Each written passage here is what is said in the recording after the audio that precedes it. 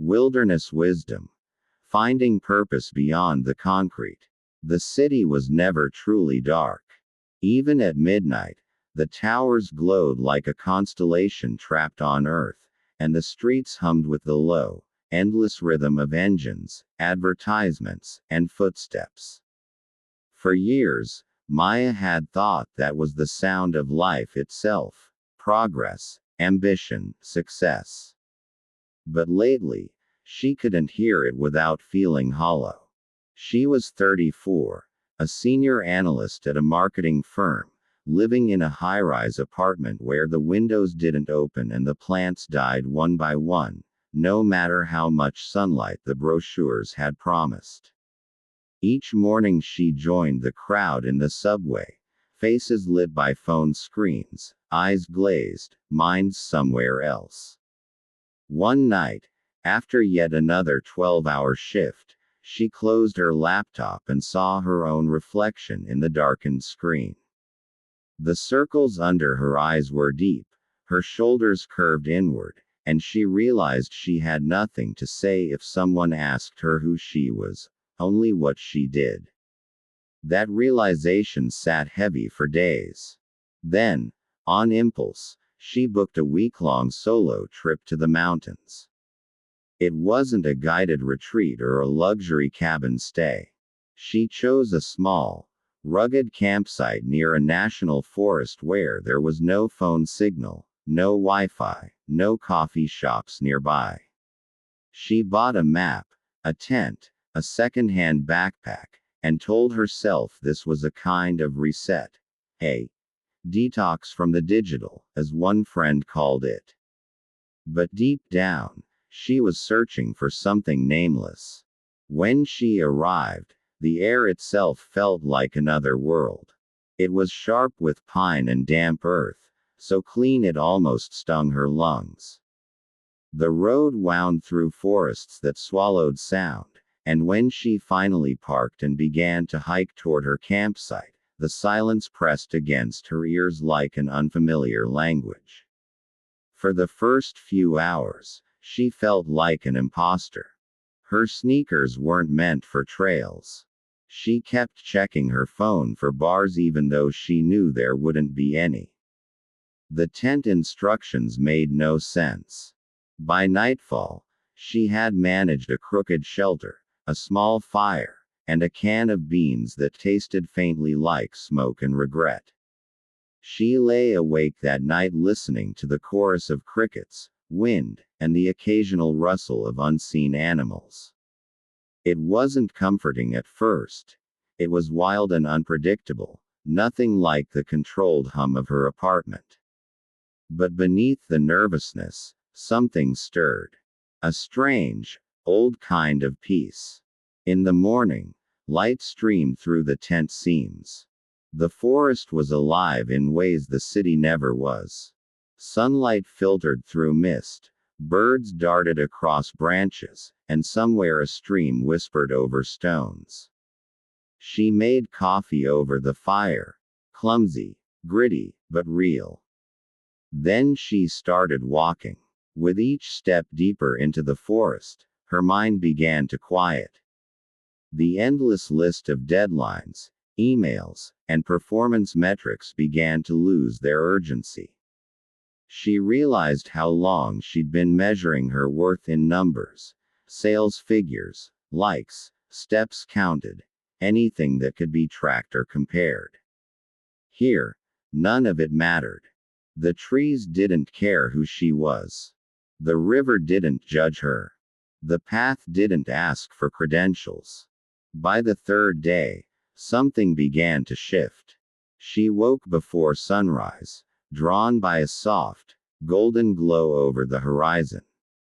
She climbed a ridge near her campsite and sat on a flat rock, watching the sky transform from violet to amber. For the first time in years, she wasn't thinking about what came next. Not the next meeting, the next quarter, the next achievement. She was just there, breathing, watching. That morning she found a fallen branch shaped like a walking stick and began to wander beyond the marked trails. She came across an old oak with roots that broke through the soil like ribs, and she ran her hand along its bark. She felt the age of it. Centuries of storms, droughts, seasons. And she wondered how much time she had spent building a life that could crumble with one bad quarter. That night, she met another traveler, an older man with a wiry beard and clear blue eyes, camping a short distance away. He introduced himself as Eli.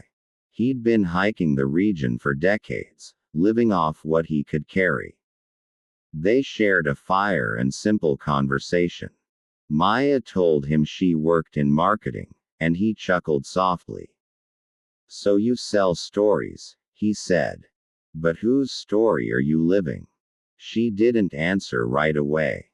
"I'm not sure anymore." Eli poked the fire with a stick. Sparks lifted into the night. "Most people aren't. Cities make us forget we're animals. They trade instinct for order, and soon we start thinking the noise is normal." He poured her some tea from a dented kettle. "The wilderness doesn't speak, but it teaches. If you stay quiet long enough, you start hearing what you've been running from." That night, Maya couldn't sleep. His words kept echoing. She thought of how her life had been filled with noise, not just literal sound, but the chatter of opinions, metrics, goals, comparisons. Every minute scheduled, every action measured. Maybe she had been too busy trying to matter to ever truly exist. The next morning, she followed the stream uphill. It twisted between mossy stones and ferns, leading her to a clearing she hadn't seen before. There, sunlight broke through the canopy, illuminating a shallow pool fed by a thin waterfall.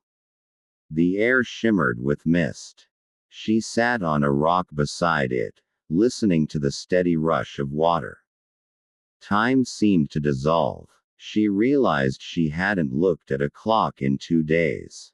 And in that timeless quiet, she began to cry, not from sadness, but from something older and softer. A kind of release. The tears carried away the weight she hadn't even known she was holding. The pressure to be productive, the fear of falling behind, the illusion that peace had to be earned. When she finally returned to her campsite, she felt lighter. Eli was gone. In his place, on a rock near her fire pit, he had left a folded note. It said simply, "The forest doesn't give answers. It gives space for you to find your own." Maya kept that note in her pocket for the rest of her trip. The week passed differently after that. She moved slower, noticed more.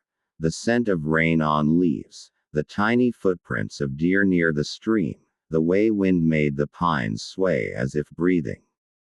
She sketched in a small notebook, something she hadn't done since college.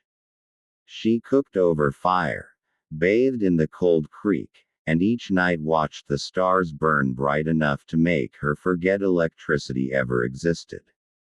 By the last day, she realized she wasn't escaping her life. She was remembering it. Remembering what it felt like to be small and still whole, part of something vast instead of separate from it. When she finally returned to the city, it felt louder than ever. The rush of traffic, the glare of billboards, the relentless pulse of schedules. But now, beneath it all, she could still hear something else.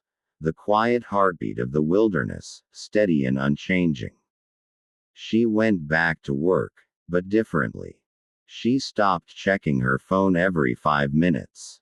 She began walking home instead of taking the subway, noticing how even in the city there were sparrows in the gutters, weeds breaking through concrete, clouds reflected in windows. In meetings, when stress began to build, she would close her eyes for a moment and picture the waterfall, the sound of the stream, the warmth of the fire. Weeks turned into months. Her coworkers started to notice. "You seem calmer," one of them said. "Did you quit caring?" Maya smiled. "Maybe I just started caring about the right things." She didn't need to explain. On weekends, she took short trips outside the city, hikes, small camping excursions. She began volunteering with a local reforestation group, planting trees in an abandoned industrial zone. Each sapling felt like a conversation with the earth, a quiet apology for forgetting what mattered. One afternoon, while kneeling in the dirt beside a row of seedlings, she felt the same calm she'd found in the mountains.